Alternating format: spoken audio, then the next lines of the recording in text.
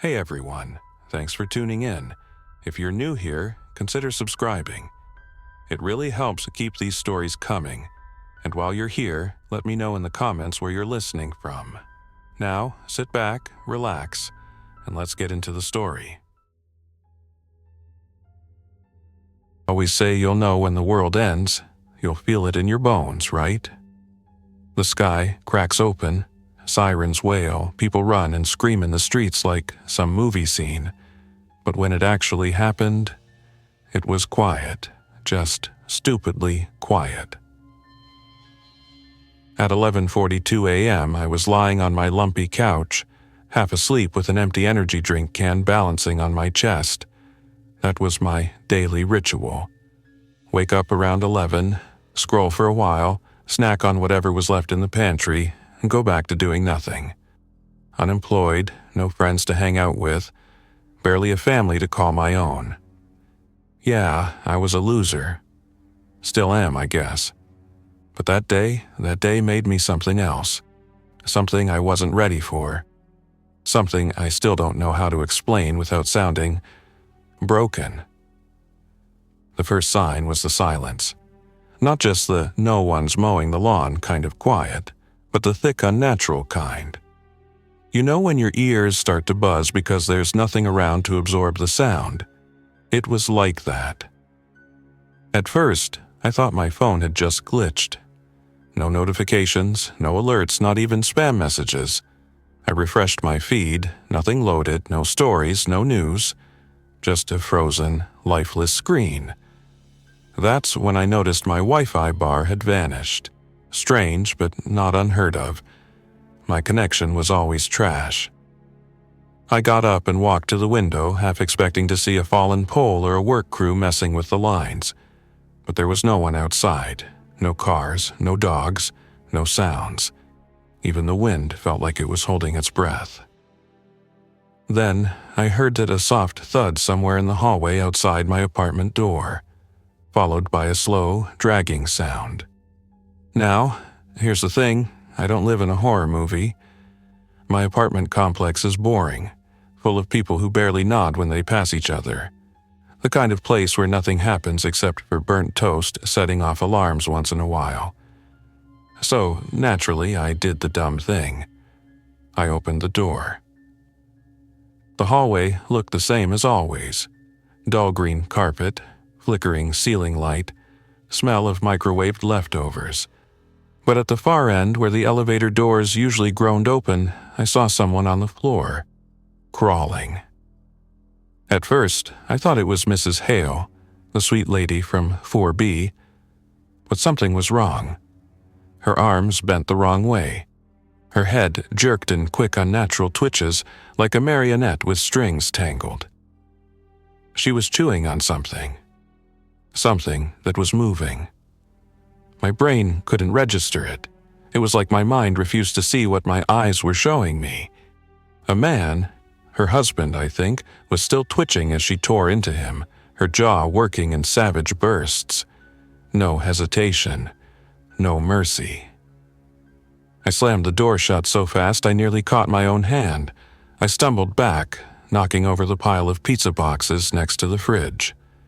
I remember standing there in the middle of the kitchen, heart slamming against my ribs, trying to convince myself it was a bad dream. Then the fire alarm in the hallway went off. But not because of smoke, because someone was smashing it with their head. The fire alarm shriek echoed down the hall, metallic and broken, like it was crying for help. But the real horror wasn't the sound. It was the image I caught through the peephole. Something, was repeatedly slamming their forehead into the red plastic of the alarm. Hard, over and over. Their skull was already cracked open, but they didn't stop. Blood smeared across the wall in wild patterns. And behind them, more of them. Crawling, lurching, slamming into doors, smashing glass. I backed away from the doors slowly, careful not to make a sound. My legs felt like they were melting beneath me. I'd seen things online about freak accidents, even some wild conspiracy videos about people snapping, But this was primal, brutal, wrong. My apartment suddenly felt like a cage. Not safe, trapped. The windows were sealed shut, cheap design, no way to open them fully. I lived on the 4th floor, so jumping wasn't an option unless I had a death wish. My phone still wouldn't connect to anything. No cell signal, no Wi-Fi. Just a blinking SOS icon and a battery that had dropped to 38%. I tried calling my mom, straight to voicemail. My sister? Same. I texted both of them, not expecting anything back, but typing gave my shaking hand something to do. Are you okay? Something's wrong. Like, really wrong. The messages never sent. I didn't know what to do. I wasn't one of those prepper types. I didn't have a go bag or canned food. The most emergency thing I had was a flashlight I bought during a blackout last year, and it barely worked. But adrenaline is weird. It makes you resourceful. I grabbed the only thing that felt remotely like a weapon. An old metal pipe from a broken curtain rod. Not sharp, not even that strong, but it was something. Then I locked every door and window. Pushed the couch against the front door. Every creak from the hallway outside made me freeze. I kept thinking about Mrs. Hale, the way her arms bent backwards, the sound of her chewing, and how she wasn't like that yesterday she'd waved to me just last night while carrying a bag of groceries. Normal, friendly, human. By 12:30, the hallway outside had gone quiet again, which honestly was worse. The silence didn't feel safe. It felt like the calm just before something worse slithered in. That's when the scratching started. Not at the door. At the vent. I didn't even realize there were vents above the cabinets until I heard the soft, deliberate dragging sound, like nails across metal. At first, I thought it was just in my head. But then a single screw dropped from the vent cover and hit the counter with a tiny metallic plink. I stared at it. Another screw dropped. Then a third. I didn't wait for the fourth.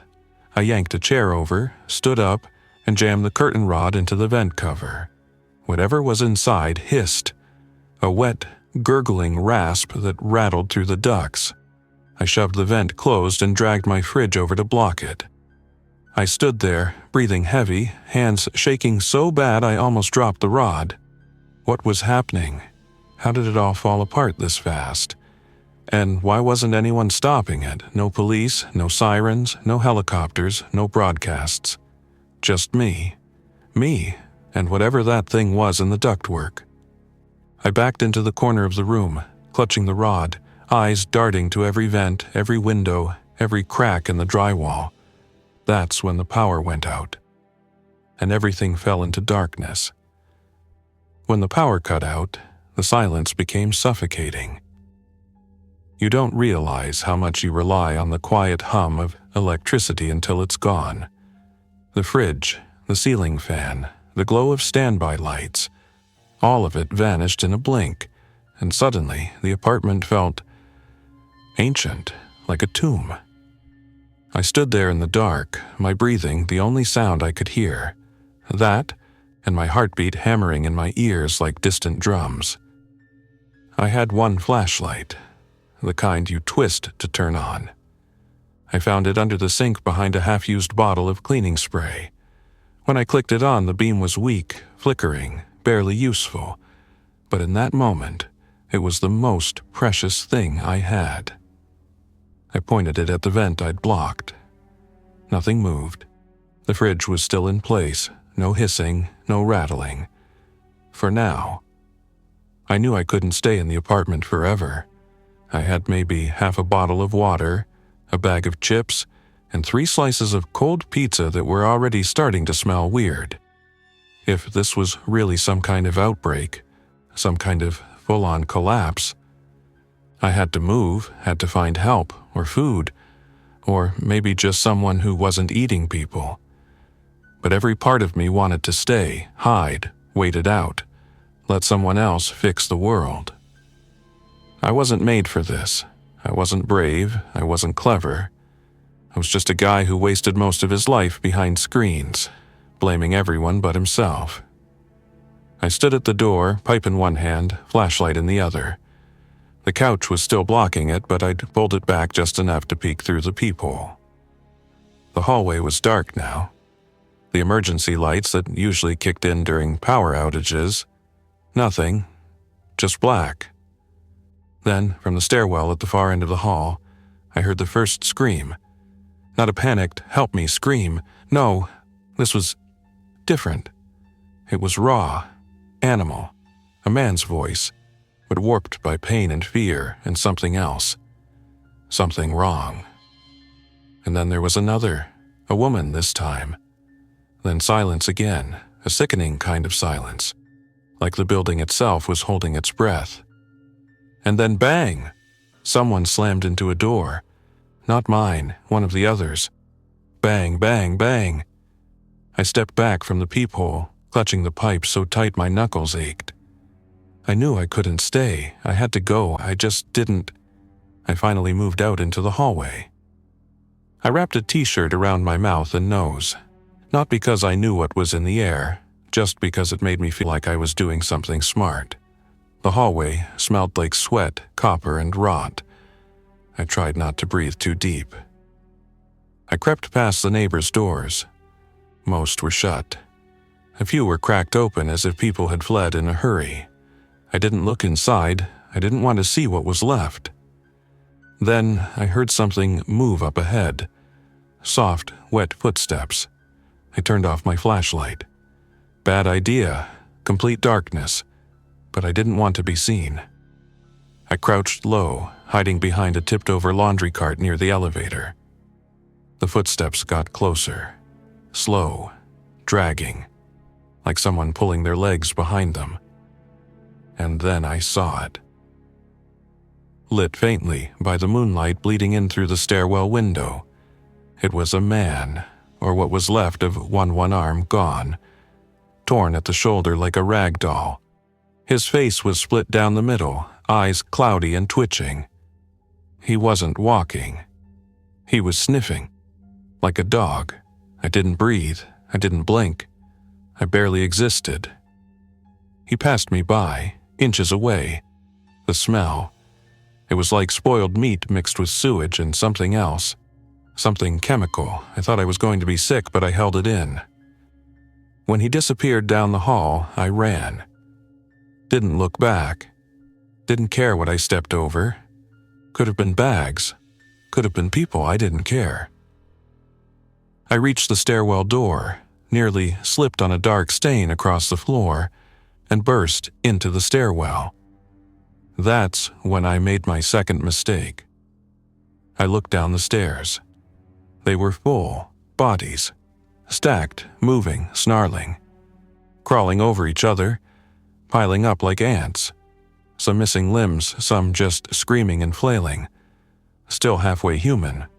One of them locked eyes with me and smiled, not like a person, like something trying to remember how people smile, teeth too wide, lips split and bleeding. I slammed the door shut and ran back down the hallway, not even sure where I was going. Behind me, the stairwell door began to shake. Not bang, just shake. Softly, over and over. Like they were waiting. Waiting for something. I didn't remember running. My body moved before my brain caught up. I found myself in front of a door with a broken number plate. Apartment 2C. I'd never been inside before. Didn't even know who lived there. But the door was already open, just a crack. Like someone had left in a hurry. Or invited something in. I didn't have a choice. I slipped inside and locked it behind me. Then I pushed a bookcase up against it, quietly, carefully. The apartment was almost identical to mine in layout. Kitchen, living room, hallway to the bedrooms. But this place looked like it had been lived in by someone paranoid. The windows were duct-taped shut. Furniture was shoved up against walls. Piles of canned food were stacked near the couch, and the walls were covered in writing. Big black, messy letters, all caps. Sharpie or paint. Some words were smeared, like someone had tried to erase them but failed. Others were repeated over and over again. Don't listen to them. Not sick, not dead, just wrong. They remember you. They know who you are. I turned in a slow circle, pipe still in my grip, flashlight flickering like it was about to die. The apartment was cold, not just from the lack of heat, cold in a way that felt unnatural. On the floor near the couch, I saw a phone. Dead. Next to it was a notebook with more frantic handwriting inside. Pages ripped out. One entry stood out. Some of them still talk, whisper, like they're dreaming, like they're not all the way gone. They say names, places, things they couldn't know unless they remembered. It's not a virus, it's not a sickness, it's a theft. Something is taking people from the inside out. That was when I heard it again. A whisper. Behind me. I spun around, heart climbing into my throat. Nothing was there. But the sound was still fresh in my ears, not a full word, just part of one, like someone trying to speak underwater. I backed toward the bedroom, which looked like it hadn't been touched in days. The mattress was flipped, windows sealed shut. A mirror lay shattered on the floor, and on the wall above the bed, written in thick red paint, "They're not coming to help." That was when my flashlight finally gave out. The dark closed in instantly. No moonlight this time, no glowing phones, just pitch black. The kind of black that feels alive, like something standing right in front of you and you just can't see it. I held still, waited, listened. And then I heard the floor creak right behind me. I ran. I didn't care about noise anymore. I shoved the bedroom door shut behind me and slammed a chair under the knob. Then I stood in the corner of the living room, eyes wide, straining for even a hint of light. The whispering didn't stop. It wasn't coming from the bedroom. It wasn't coming from behind the door. It was coming from the walls. Tiny, murmuring voices layered over each other, like dozens of people mumbling secrets through the drywall. Too soft to understand, too many to count.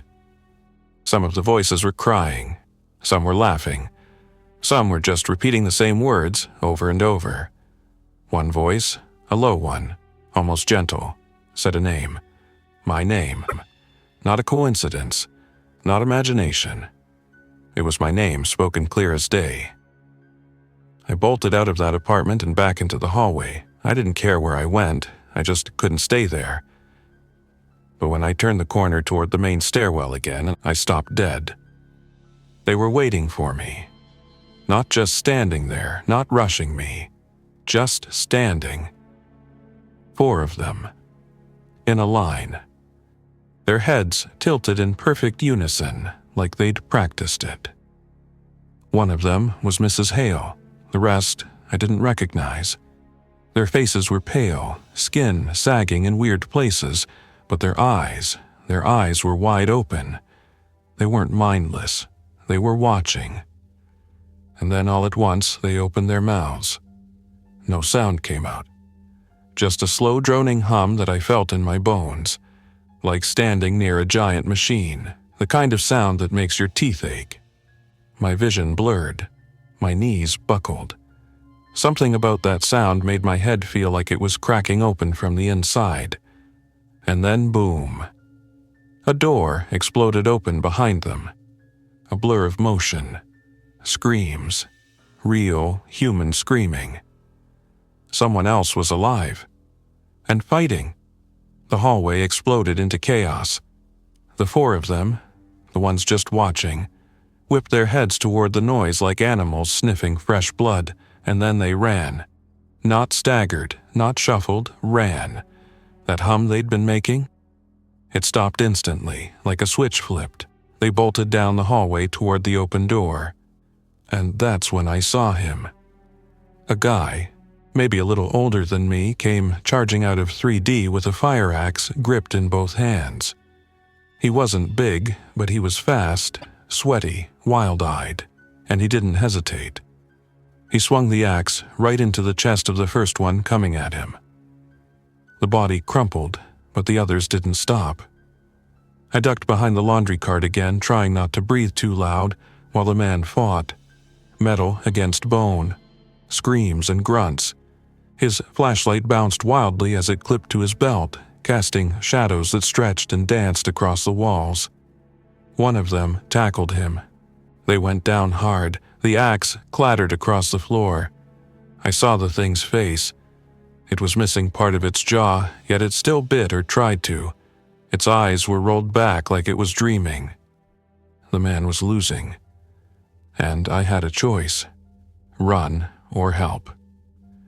My body chose before my brain could say no. I sprinted forward and swung my makeshift curtain rod with everything I had. It cracked across the side of the thing's head, snapping its neck in an unnatural bend. It twitched, then stopped. The man gasped, shoved the body off him, and looked up at me. He didn't say thank you. He didn't say anything. He just grabbed my arm and yanked me toward the stairwell. "We have to move," he said, "before more of them come."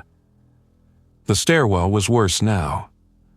It smelled like the inside of something long dead. Like every floor was leaking a different flavor of decay. But the man, who finally told me his name was Kieran, had a plan. Or at least, he moved like he did.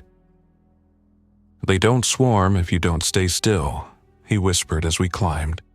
"They hunt motion, heat, light, but if you freeze, they hesitate, like they're remembering being human." I didn't know what to say, so I just nodded. We passed the third floor. Bodies were everywhere, not all of them. Inactive, one twitched, another whispered something that sounded like help, but its eyes were bloodshot and wide, and its fingers were bent backwards. We didn't stop. By the time we reached the rooftop door, my lungs were on fire. Kieran shoved it open, and we stepped out into wind and sky. That's when I saw the city. Or what was left of it. Smoke, fires, no helicopters, no sirens, just buildings glowing in the haze of disaster. And down below in the streets, movement. Dozens of them, maybe hundreds, like ants in every direction, wandering without purpose, until they heard or saw something. Then they moved like a single creature. "It's been 6 hours," Kieran said. "They've already taken the north side. Most people didn't even fight. They just gave up, froze, or hid. But hiding doesn't work." "I noticed," I muttered. He looked at me, finally seeing me for real. "You're not bit, are you?" "No." He paused, then, "Good. Because if you are, you won't just turn, you'll start dreaming first." Dreaming? That's how it starts. You hear them, then you see things. Then you forget what's real. And when it's finally your turn. He didn't finish. Instead, he reached into his backpack and handed me something heavy, a crowbar, way better than my curtain rod. We stayed low on the rooftop watching, listening. And that's when we saw the drone. Not a small one, military grade, quiet, smooth. It passed over us, maybe 10 stories up, scanning with a slow glowing light. Kieran grabbed me and shoved me into the shadow of a large HVAC unit. "They're scanning for movement and heat," he said. "But not to rescue people."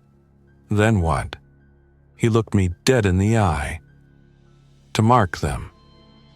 The drone passed by. We didn't breathe. The light swept over us and moved on. But it circled back. This time, slower. I felt it, like heat on the back of my neck, like it could see us. Then, without warning, Kieran stood up. "Run." He threw a chunk of broken metal across the rooftop. The drone followed the motion, and we bolted.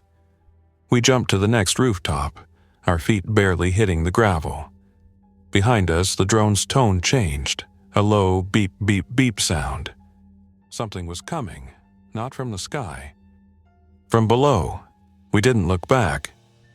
We ran across the rooftops like rats, scrambling, gasping, slipping on gravel and tar paper.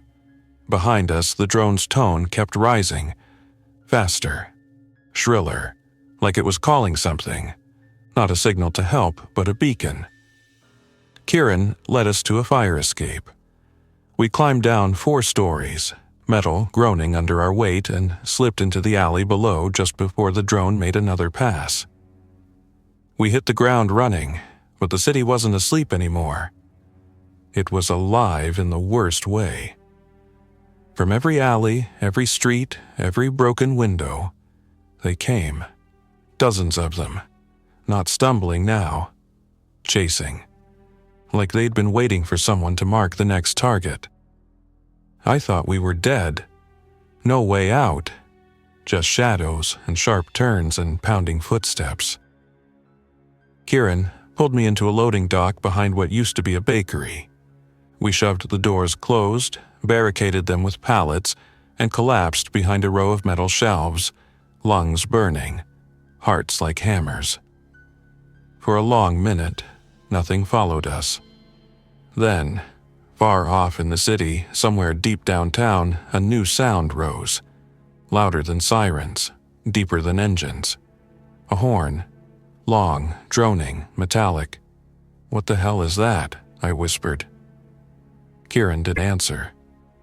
He just stared toward the sound with his jaw clenched. We stayed hidden for a while, long enough for the horde outside to lose interest, long enough for the drone to disappear into the haze. Kieran found a battery-powered radio on one of the shelves and started scanning through static. I sat on the floor, clutching the crowbar like it was a lifeline. Eventually, the static broke. A voice came through. Mechanical. Hollow. "This is Automated Broadcast Channel 9. Please remain indoors. Do not attempt evacuation. Rescue efforts are in progress. Repeat, do not attempt evacuation. Shelter in place. Do not engage with infected individuals. They are experiencing temporary cognitive disruption. Your cooperation ensures your survival. Thank you." It looped, over and over. "They're lying," Kieran muttered. "They're not trying to fix this. They're observing it." "Why?" "Because it's not a sickness," he said. "It's a transformation, and they want to see what happens when it's finished."